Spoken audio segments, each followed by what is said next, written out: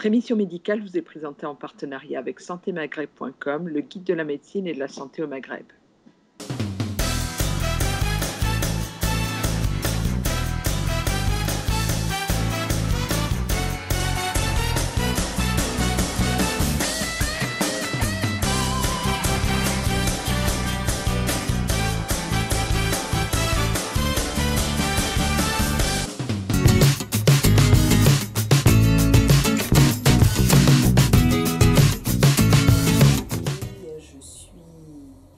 Gynécologue obstétricienne spécialisée en médecine de la reproduction, et j'ai eu la chance d'être baignée dans un monde de sciences humaines depuis le début de mes études. Je m'occupe d'un centre de fécondation in vitro, d'abord à l'hôpital Saint-Vincent-de-Paul, et c'est là que j'ai eu l'occasion de rencontrer Élise, et depuis une dizaine d'années à l'hôpital Bichat. Je suis journaliste à l'Express et j'ai rencontré Sylvie parce que j'arrivais pas à avoir d'enfant. J'avais 27 ans, c'était totalement une chose à laquelle je ne m'attendais pas du tout. Et la journaliste qui s'occupait des questions de santé à France Inter où je travaillais m'a dit « Va voir Sylvie Eppelmoin ». Voilà. C'est une histoire personnelle, singulière, qui nous renvoie à 25 ans en arrière. Pourquoi il était important de l'écrire, de poser cette histoire, de la coécrire 25 ans plus tard? Parce que c'était une histoire douloureuse et que le meilleur moyen qu'elle ne soit plus, c'était de la mettre un petit peu à côté, et d'avoir Sylvie en regard donnait une portée générale à ce qui, moi, me semblait une histoire particulière, mais je sais bien qu'on est des milliers dans le même cas. Et je voulais que Sylvie partage ça, d'abord pour son expérience, et puis pour, encore une fois, ouvrir le livre sur ce que vivent des milliers de femmes. Et pour ma part, j'ai eu une éducation relativement littéraire, donc j'ai toujours écrit. J'ai des bouts de carnet, des fichiers informatiques ensuite en pagaille. Et ce projet d'avoir un écrit en écho avait démarré il y a une vingtaine d'années, à un moment où la relation soignant-patient ou soignant-patiente s'était un petit peu transformée, puisque nous avions un certain nombre d'échanges autres. Et il y avait eu ce projet à un moment où Élise m'avait dit qu'elle avait vraiment envie d'écrire tellement elle était dans une souffrance importante, et on avait eu ce projet qui s'est arrêté là parce que ça n'était pas le moment, voilà. Et donc il se trouve que nous avons continué à nous voir, à la fois professionnellement mais aussi en élargissant notre champ d'échange, dirais-je, et au fil des années. Et quand Élise m'a parlé de ce projet qui est né de quelque chose qui l'a fait revivre, c'est vrai que j'y ai adhéré en me disant c'est un exercice tout à fait exceptionnel. Ce n'est pas ce que j'ai l'habitude de faire à l'heure actuelle quand j'ai à me positionner vis-à-vis des transformations bioéthiques de notre profession, de réflexion évolutive sur le projet d'enfant, mais néanmoins, ce qui m'a mue aussi dans ce projet, ça a été le plaisir de l'échange, aussi par rapport à les jeunes professionnels de mon environnement, leurs yeux écarquillés quand on raconte ce qu'étaient les débuts de la procréation médicalement assistée, avec des problématiques, qu'elles soient médicales ou éthiques, qui les laissent pantois ou pantoises, parce que c'est très féminin comme milieu à l'heure actuelle. Et donc, raconter, parce qu'il m'a toujours semblé que cette connaissance historique pouvait faire avancer les perspectives du futur, non pas dans une idée passéiste, parce que les problématiques ne sont pas du tout les mêmes, mais ce passé qui fait rebondir sur une réflexion sans cesse renouvelée dans ce domaine de la procréation humaine qui touche tout le monde. J'ai longtemps cru qu'il suffisait d'être deux. C'est une phrase que vous auriez pu, vous avez peut-être prononcée, Élise, non? Quand vous êtes allée rencontrer le docteur Eppelmoin. Quand j'ai rencontré le docteur Eppelmoin, je n'avais jamais entendu parler de la PMA, je ne savais pas ce que c'était. Au départ, j'allais la consulter parce que je ne comprenais pas pourquoi je n'avais pas mes règles. Je n'étais pas enceinte et je n'avais pas mes règles. Donc c'était ma gynéco habituelle était incapable de me soigner. Donc j'ai découvert Saint-Vincent-de-Paul et j'ai découvert le centre de FIV. Enfin, encore une fois, c'était pour moi, c'était de la science-fiction. Et même quand on a commencé ensemble, j'ai mis longtemps avant de comprendre ce que voulait dire FIV, la différence entre in vitro, in vivo, tout ça, je pense que c'est des choses on ne vous apprend pas ça en sciences nat. En sciences nat, on vous apprend la base, un spermatozoïde, un ovule, et puis voilà. Et j'avais 27 ans et je ne savais pas comment fonctionnait mon propre corps. Dans les premières pages du livre qui est à apparaître ce mercredi, vous évoquez d'ailleurs ces premiers rendez-vous dans cette salle d'attente de l'hôpital Saint-Vincent-de-Paul, qui va devenir une salle d'attente familière. Et ces premiers rendez-vous, vous les faites, mais accompagnés. Ça a changé.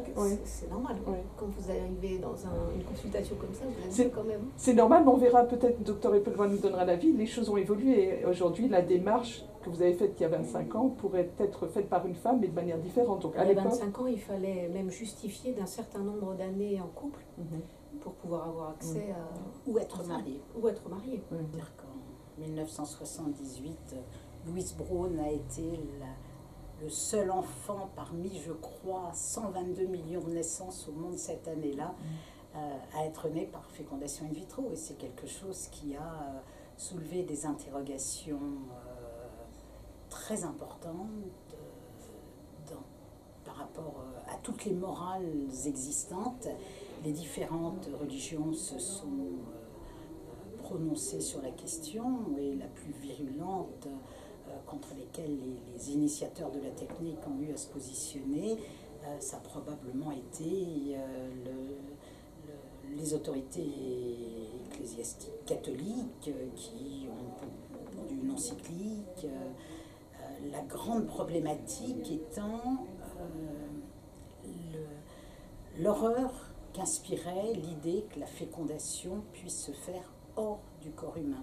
On parlait bébé éprouvette d'ailleurs à l'époque. On n'a jamais vraiment utilisé l'éprouvette puisque, en fait, vous savez, on prend une...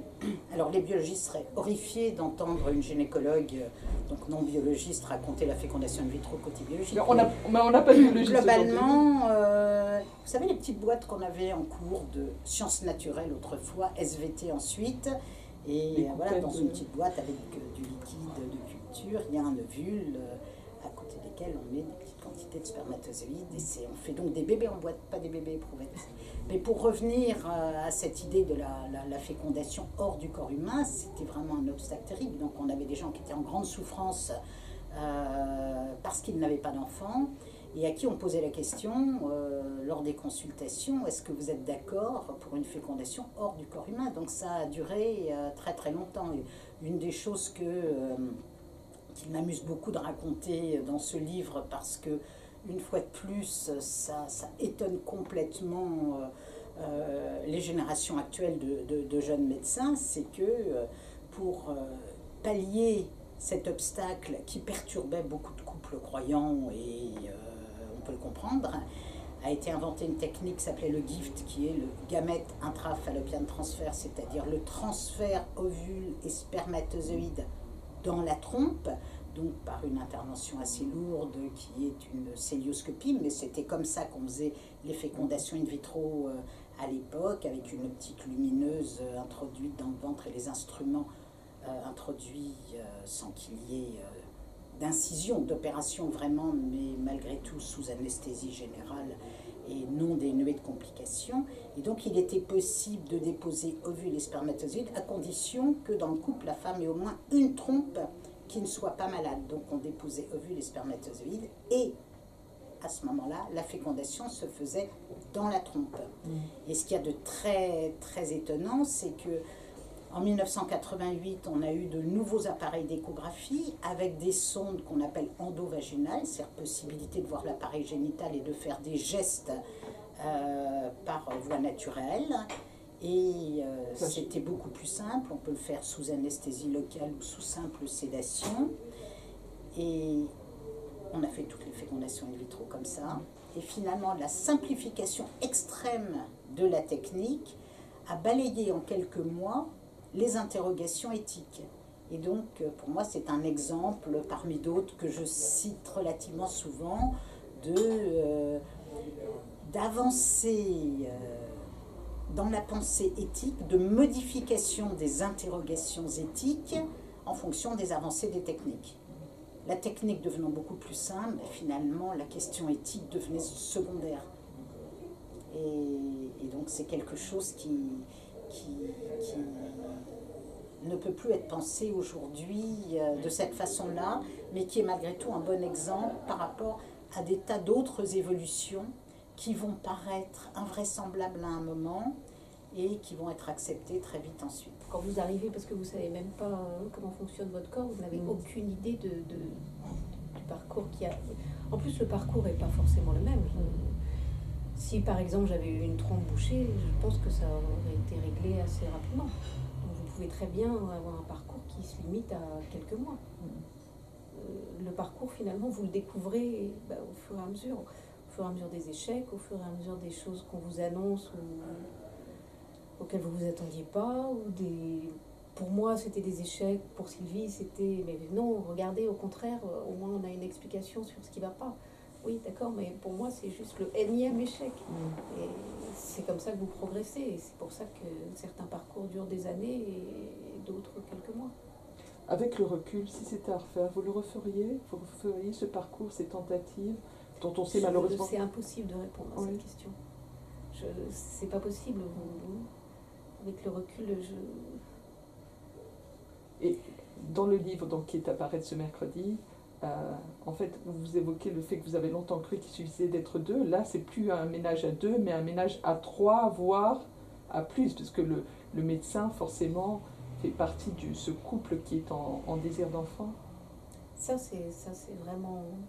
Pour moi, c'est ce qui caractérise la procréation médicalement assistée, c'est qu'on n'est plus jamais deux. On est forcément trois. On est forcément trois parce qu'il y a quelqu'un qui vous aide, parce qu'il y a quelqu'un qui a des réponses que vous n'avez pas, parce que vous êtes accroché à ce que pense ce médecin, à ce qu'il va vous dire, à ce qu'il va vous prescrire, à ce qu'il va vous annoncer, à ce qu'il va vous proposer. Et puis parce qu'il a des réponses que vous n'avez pas et une vision de votre corps qui vous est totalement étrangère.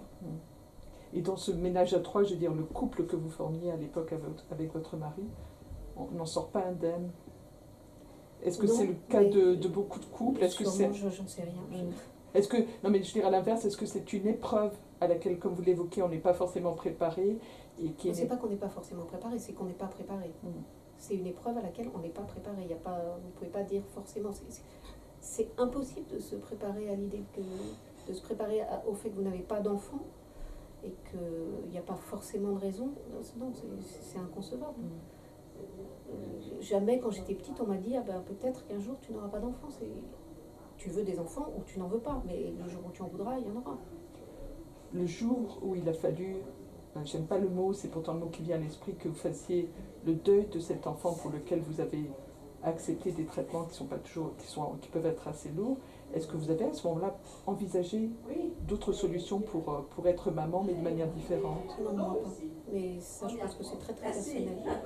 Moi, j'ai jamais eu envie d'adopter parce que j'étais pas sûre d'aimer un enfant que j'aurais pas porté aussi fort qu'il en aurait besoin. C'est une solution que j'ai pas souhaité envisager. Et le mari avec lequel j'étais à ce moment-là, l'homme avec lequel j'étais avait déjà un enfant, donc je ne privais pas d'une paternité. Et pour moi, c'était inenvisageable autrement. Le parcours d'Élise est singulier dans son parcours, issu aussi d'une histoire personnelle qu'elle décrit de façon très touchante dans ce livre. Mais je dirais qu'il y a très peu de couples pour qui la question soit il y a une trompe bouchée, point barre, ou on fait un premier spermogramme, il n'y a pas de spermatozoïde. Chacun son histoire, chacun son projet d'enfant. On demande dans le parcours au couple d'avoir un projet égalitaire, mais deux personnes ne sont jamais au même niveau, au même désir d'enfant. Donc vraiment, chaque histoire est singulière. Certaines sont beaucoup plus complexes que d'autres. Je dirais que nous n'avons pas non plus tout à fait les mêmes histoires d'infertilité à traité à l'heure actuelle qu'il y a 25 ans. Néanmoins, depuis 25 ans, l'âge au premier enfant, l'âge au projet de premier enfant s'est élevé beaucoup. Et ce sera peut-être un autre sujet que nous aborderons plus tard, mais la fertilité d'une femme est tellement en rapport avec son âge et ça baisse tellement rapidement dans la vie active que les problèmes arrivent très vite liés à ça. Ce que je veux dire, c'est que à partir de 35 ans, la fertilité chute et à l'heure actuelle, la moyenne d'âge des patientes que nous avons en fécondation in vitro est plutôt entre 36 ans et demi et 37 ans, alors que c'était il y a 3 à 4 ans de moins, je dirais, il y a une vingtaine d'années. Donc ça, c'est un problème en soi. La complexité des histoires, on la retrouve toujours. On peut avoir des personnes qui sont arrivées plus récemment en France et dans une trajectoire migratoire très compliquée et très violente, avec un désir d'insertion dans la société par ce projet d'enfant, par la maternité.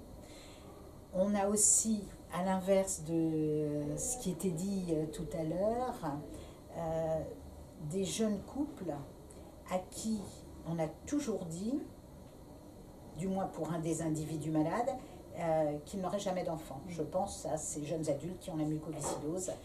En 1965, la mucoviscidose tuait, avant l'âge de 5 ans, la majeure partie des enfants qui en étaient atteints. Et puis, l'amélioration des thérapeutiques, tous les progrès de la médecine ont permis que petit à petit l'espérance de vie arrive à 20, 30, 45 ans. À l'heure actuelle, plus de la moitié des gens qui ont la mucoviscidose sont des adultes, ce qui n'était pas du tout le cas. Et donc ce sont des jeunes gens qui viennent nous voir et aux parents desquels, dans leur enfance, personne, tout le monde avait dit qu'ils n'auraient jamais d'enfants. Donc ils n'ont jamais raconté à ces jeunes adultes, quand ils étaient enfants, l'histoire du prince, de la princesse qui se rencontraient avec sa mère, et qui eurent beaucoup d'enfants, etc. Et brusquement, il y a des possibilités techniques. Le problème n'est pas à la technique. Il y a une infertilité définitive chez l'homme et plus relative chez la femme. Et on a donc des gens très jeunes qui viennent nous voir avec un projet d'enfant tout neuf qu'il faut réaliser très rapidement parce que le temps de vie est compté. Et donc on a eu énormément de débats éthiques autour de la médecine a-t-elle le droit d'aider à la conception d'un enfant qui va être plutôt qu'un autre orphelin. Même si on peut passer sous un autobus, ça n'est pas programmé.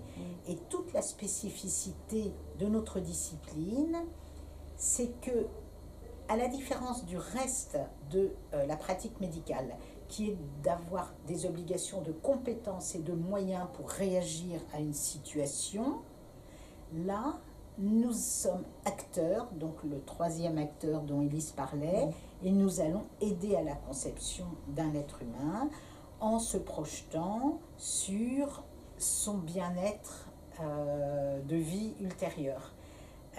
En essayant de ne pas être trop intrusif, parce qu'après tout, ça ne nous regarde pas, mais de ne pas être négligent non plus, et en comprenant en même temps l'autonomie des gens qui viennent. Donc on a des gens très malades, on a des gens qui ont déjà 3 enfants et qui viennent demander le 4e. On a des situations où on se dit, mais où se situe notre rôle médical et quelles en sont les limites? Et donc on discute beaucoup en équipe. Beaucoup en équipe. Je voudrais juste revenir sur le parcours, parce que vous avez toutes les deux prononcé le mot de parcours. Dans les années 90-2000, dont parlait Lise, il y avait beaucoup de psychologues, de sociologues qui s'indignaient aller contre la nature, un si long parcours. Il y a même, je me rappelle, l'une d'entre elles qui a parlé, ça nous avait, oui, moi personnellement, horrifié, de solution finale, parlant de la fécondation in vitro. En tout cas, un si long parcours. Moi, il m'a toujours semblé que le si long parcours, c'était le parcours où on n'arrivait pas à avoir un enfant. Et que quelque part, la fécondation in vitro du moins les techniques quand elles sont mises en place, impliquent effectivement qu'il y ait non pas un médecin, donc on n'est pas à trois, mais une équipe médicale, tout le monde a son rôle, hein, les secrétaires, les infirmières qui prélèvent, il peut y avoir un interlocuteur privilégié dans l'équipe qui n'est pas le médecin, qui a une équipe médicale qui interfère, mais qui va aussi partager la responsabilité du succès, certes, ça c'est du bénéfice, mais de l'échec. Donc c'est souvent moins lourd aussi pour les couples de se dire qu'ils ne sont pas responsables de l'échec quand les règles arrivent chaque mois. C'est pas un message, je ne peux pas dire tenez bon, vous verrez ça va marcher. Non, parfois ça ne marche pas. C'est juste un témoignage, c'est une valeur de témoignage de voilà, cette rencontre. Qu'il y ait des gens, qu'il y ait des femmes qui sachent qu'elles ne sont pas seules. C'est compliqué, encore une fois. Je pense que c'est des chemins sur lesquels, si on est quand même très très seul, même si vous avez un compagnon qui est présent, il y a quand même, je pense, des sentiments que vous êtes seul à supporter. Pour des tas de raisons, parce que c'est vous qui portez l'enfant, parce que c'est vous qui êtes d'une certaine manière incapable de le porter quand il ne vient pas. Donc c'est un long chemin quand même de solitude, d'échec, de moments où vous vous dites je ne vais pas m'en sortir, je ne vais pas y arriver. Et puis je crois que faire le deuil de l'enfant qu'on n'a pas, c'est aussi compliqué. Mais à un moment, c'est une histoire que vous laissez derrière vous. Et je pense que ça fait du bien. J'aurais jamais rencontré Sylvie Belloin s'il n'y avait pas eu ça, s'il n'y avait pas eu le Distilben. Et je pense que ma vie n'aurait pas été du tout la même, encore une fois, sans enfant sûrement, mais surtout sans cette parole-là, le fait d'être plus clair sur mon histoire, sur l'histoire de ma mère, sur des choses qui n'étaient pas dites et que grâce à Sylvie, on a pu le dire. Donc la seule chose qui compte, c'est de ne pas garder ça pour soi.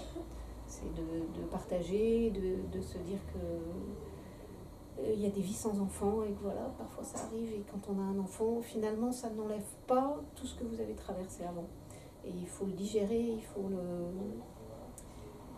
faut accepter qu'il y a des moments douloureux qui vous ont finalement aidé, même si sur le coup vous vous dites j'y arriverai pas. Et voilà, moi aussi c'est Oui.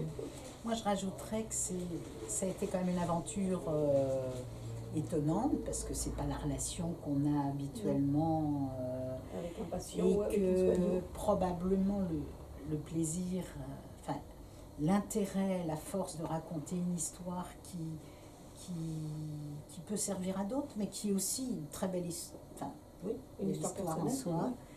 Et de mon côté, le plaisir de réfléchir sur un témoignage d'une telle force et de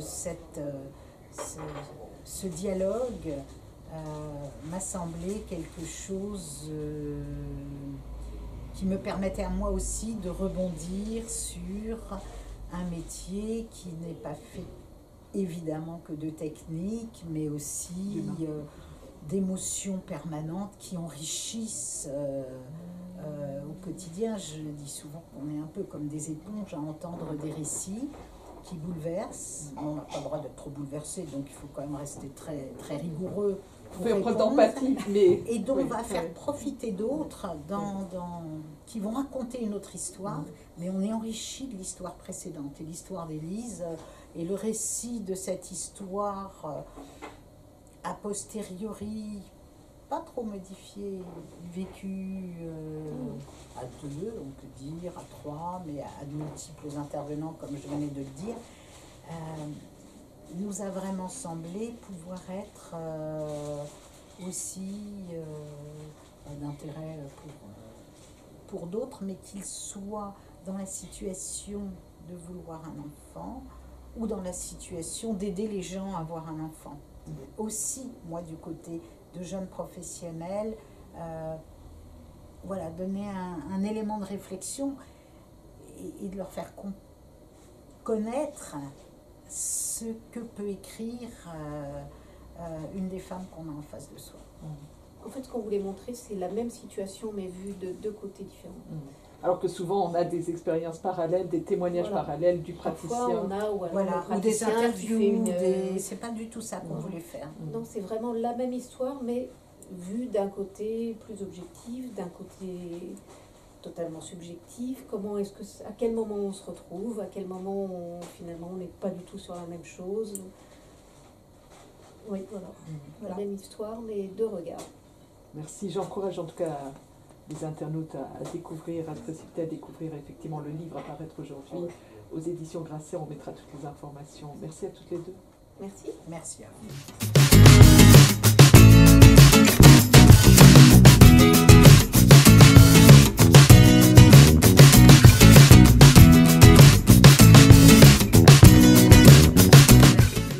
Après, il y a les conditions d'accès. Donc jusqu'à présent, la loi de bioéthique a bien cadré ce qu'étaient les techniques qui doivent apporter efficacité et sécurité, et puis les conditions d'accès qui étaient jusqu'à présent, jusqu'à la loi de 2011, donc jusqu'à aujourd'hui, réservées à un homme et une femme vivant en couple avec un projet d'enfant et une infertilité médicalement avérée, vivant en âge de procréer.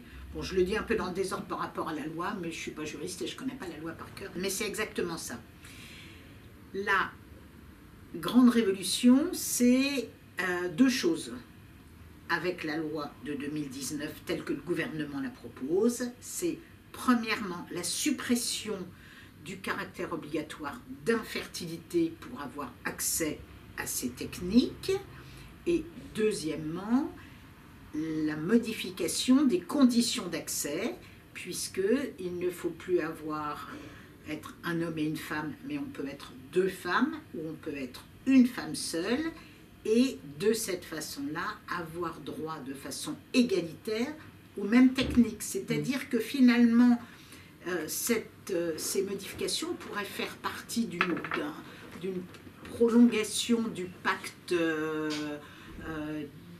civil qui a permis l'ouverture au mariage pour les femmes et les hommes de même sexe, plus que la loi de bioéthique, puisque finalement, ça ne légifère pas tellement sur les techniques.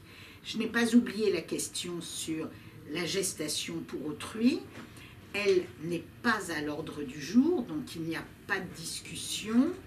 La grande différence entre la gestation pour autrui et l'accès à l'AMP ou à la PMA pour les femmes de même sexe et les femmes seules, c'est que cela passe par l'utilisation du corps d'une autre femme, et donc ça met en question les principes éthiques fondamentaux de notre éthique nationale, c'est-à-dire la non-marchandisation et l'indisponibilité du corps humain ou de ses éléments.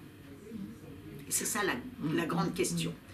Donc, à l'heure actuelle, il n'y a pas de gestation pour autrui. Quand je suis interrogée sur la manifestation, c'est vrai que les opposants à la possibilité d'ouverture de la PMA aux femmes de même sexe ont d'une part cette préoccupation-là, c'est-à-dire un père est nécessaire, une maman, un papa absolument nécessaire pour l'éducation d'un enfant. Alors après, il y a des querelles d'experts, mais de nombreuses études dans de nombreux pays ont montré que les enfants nés de familles avec des parents de même sexe avaient un développement qui était tout à fait satisfaisant, avec très souvent une figure masculine autre, que ce soit le tonton, un ami des mères, etc. Donc la littérature scientifique est plutôt très rassurante. Mais dans les manifestations récentes, il y a cette problématique-là, mais il y a aussi l'épouvantail de la gestation pour autrui qui devrait être autorisée secondairement par un souci d'équité entre deux femmes homosexuelles et deux hommes homosexuels. Or, à l'heure actuelle, c'est les femmes qui portent les enfants, donc ça met en jeu quelque chose de très différent. Pour que deux femmes homosexuelles aient un enfant, pour qu'une femme seule ait un enfant sans homme, ils font un don de spermatozoïdes. C'est un recueil de spermatozoïdes. Ça pose les questions de génétique, de filiation, auxquelles la loi essaye de répondre, d'ailleurs, en ouvrant l'accès à la connaissance des origines à la majorité de l'enfant. C'est un autre projet, enfin c'est une autre partie du projet. Par contre, pour que deux hommes qui ont le droit à l'heure actuelle de se marier, qui sont des citoyens comme les autres avec leur projet d'enfant, le droit à l'enfant contesté par certains devrait passer par le corps d'une autre femme qui accepterait de porter un enfant pendant 9 mois. On rappelle que porter un enfant pendant 9 mois, c'est pas un événement anodin. C'est 9 mois de vie et la grossesse, 9 mois de grossesse, pour moi en tant qu'obstétricienne, c'est un bouleversement physique et psychique de conséquences durables pour toutes les femmes. Donc ça peut être très harmonieux, il peut y avoir des conséquences médicales, mais les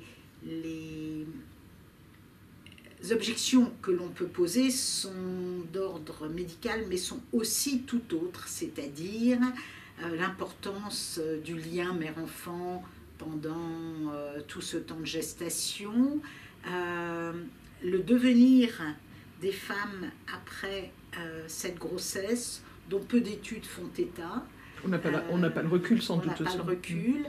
La marchandisation qui existe dans énormément de lieux où cela se passe. Bon, on a tous en tête les images de ces grandes structures indiennes où on voit les femmes qui sont là en train de couver, dirais-je, jusqu'au moment où elles vont mettre au monde un enfant pour quelqu'un d'autre et où elles y ont été obligées pour des motifs économiques importants. Les revirements de loi dans des pays comme au Cambodge où la gestation pour autrui était autorisée, a brusquement été interdite et les femmes porteuses ont été mises en prison, c'était il y a quelques mois, et ont été dans l'obligation de garder l'enfant qui n'était pas plus le leur, même biologiquement, puisque c'était avec les spermatozoïdes de l'homme, de la femme qui ne pouvait pas porter l'enfant, etc. etc. On parle beaucoup dans nos réflexions en France de la possibilité d'une GPA éthique. Certainement que pour certaines femmes, il y a la possibilité de penser la générosité pour un couple ami, de penser la générosité sociétale, la possibilité, quand une femme a mené une ou deux grossesses, sans souci d'en mener une troisième pour quelqu'un d'autre. Il y a de la générosité qu'on ne peut dénier. Mais personne ne peut anticiper ni les dégâts physiques, ni l'aléa médical qui préside quand même à chaque grossesse, ni malgré tout les problématiques pour la femme dans un environnement qui a pu la voir généreuse mais qui la verra un peu comme abandonnique, c'est un peu un néologisme, pardon, pour cet enfant. Je suis persuadée que toutes les études qui montrent que les enfants nés de GPA au sein de couples homosexuels, puisque ça va être malgré tout la plus grande demande, ont une vie heureuse comme tout enfant désiré. Donc c'est pas de ce côté-là, je crois, qu'il faut se faire du souci, et plusieurs études dans les pays où ça se fait le montrent bien. Néanmoins, ce sont des situations complexes, et la technique est mise à la disposition de problématiques sociétales, donc c'est vraiment pas sur un plan médical qu'on peut en décider, mais c'est vraiment à la société d'en décider.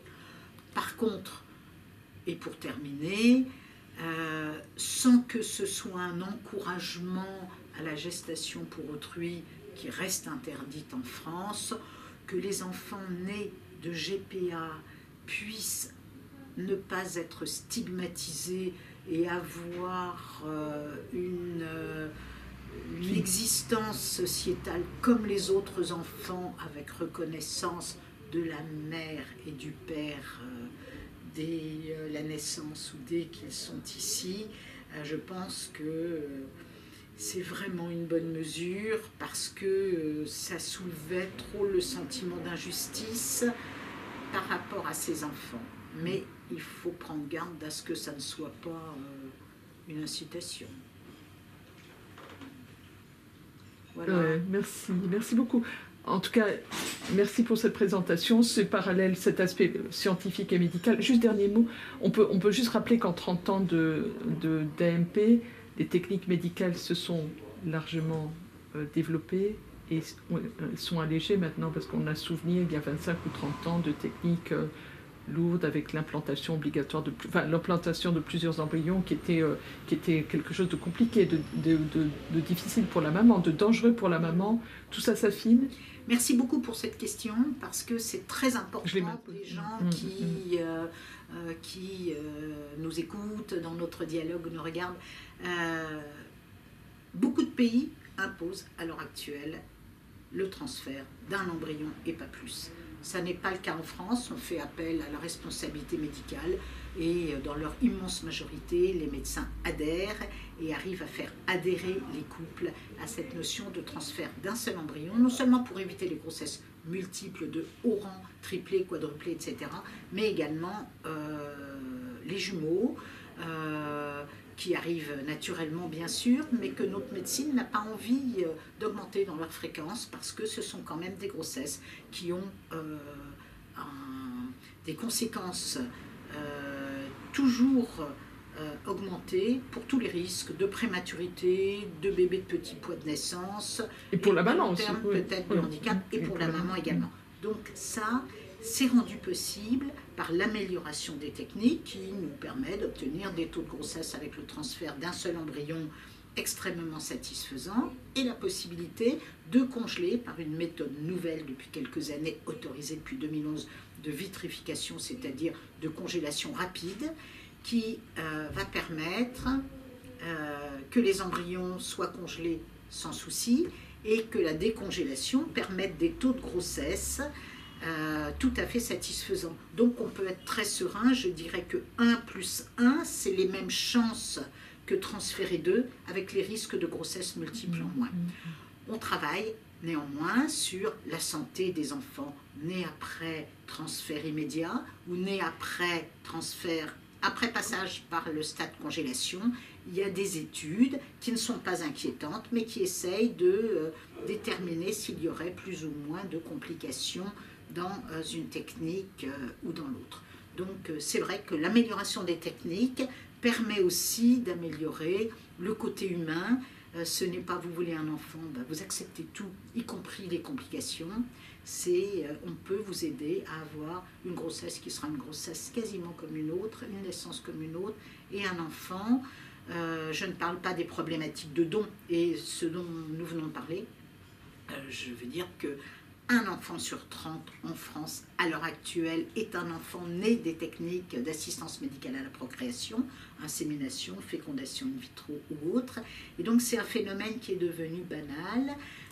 Et donc c'est fondamental qu'avec ce nombre-là, on puisse se dire que ce sont des techniques qui marchent et des techniques qui donnent des enfants qui sont en bonne santé, avec quelques éléments péjoratifs qui sont essentiellement liés à l'âge parental un petit peu plus élevé, notamment l'âge de la maman, et au contexte d'infertilité plus qu'aux techniques.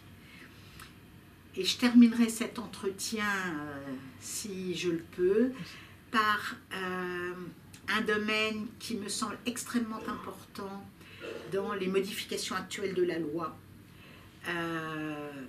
peu médiatisé finalement par rapport à l'ouverture aux couples de femmes et aux femmes seules, très important mais qui concerne un petit nombre de personnes. C'est une problématique qui touche toutes les femmes qui sont en âge de souhaiter avoir un enfant, qui est la possibilité à l'heure actuelle, dans la loi, de demander la conservation de ses ovocytes pour une femme à un moment où elle serait en âge d'avoir un enfant, où sa situation personnelle, soit qu'elle n'ait pas le futur papa avec qui le faire, soit une situation socio-économique difficile, dans un engagement professionnel qui ne lui permet pas d'être enceinte à ce moment-là. Donc de conserver ces ovocytes, il s'agit d'un cycle de fécondation in vitro comme un autre, avec une stimulation hormonale pour obtenir des ovules. Et simplement, on ne va pas jusqu'à la fécondation. On sait préserver des ovules. Ça peut être un faux espoir parce qu'il faut obtenir un certain nombre d'ovules pour penser pouvoir avoir une grossesse ultérieurement. Donc, ce n'est pas un miracle de la médecine. Il y a certaines indications, mais là encore, c'est du domaine de la médecine qui va en décider, selon le cas de chaque femme.